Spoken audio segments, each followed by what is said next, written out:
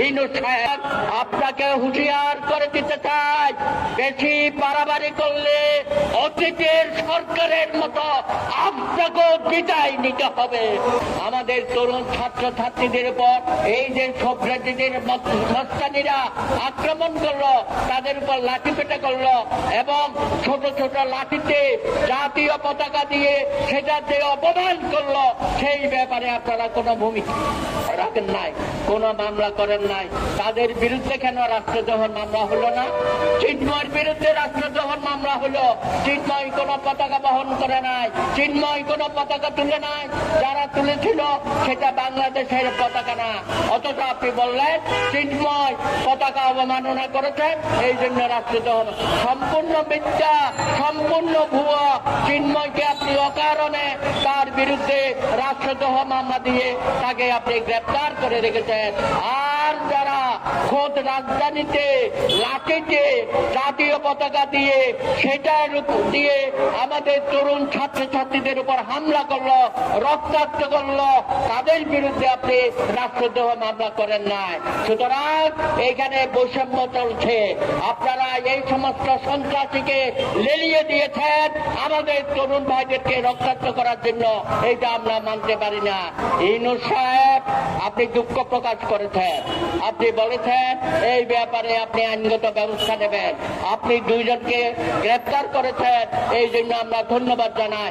কিন্তু অবিলম্বে আপনি যারা এই সন্ত্রাসী কর্মকাণ্ডে অংশগ্রহণ করেছেন তাদের সকলকে গ্রেপ্তার করতে হবে, তদন্ত কমিশন করতে হবে এবং আমাদের জাতীয় পতাকার অবমাননা এই সব ব্যক্তি মাস্তান্না করেছে তাদের বিরুদ্ধে রাষ্ট্রদ্রোহ মামলা করতে হবে।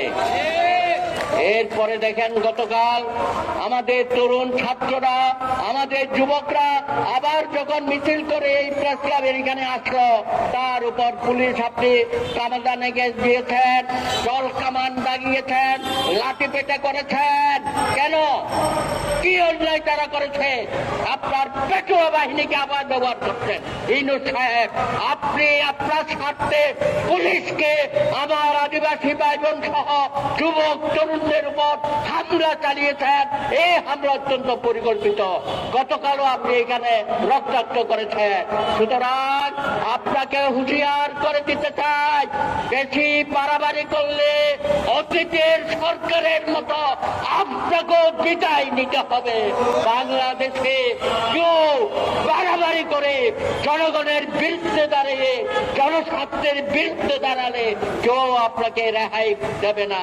তাই আসুন, আজকে আদিবাসীদের পক্ষে চাকমা ভাই, মগ ভাই এবং অন্যান্য যারা হাজং থেকে শুরু করে সমতল এবং পাহাড়ি জনগোষ্ঠীর পক্ষে, বাংলাদেশের পক্ষে আমরা দাঁড়িয়েছি। আমরা এখানে দাঁড়িয়েছি শুধুমাত্র তাদের পক্ষে না, সারা বাংলাদেশের জনগোষ্ঠীর পক্ষে আমরা দাঁড়িয়েছি। আগামী দিনে বাংলাদেশ একটি গণতান্ত্রিক মানবিক রাষ্ট্র হবে। এখানে মানবতা প্রতিষ্ঠিত হবে।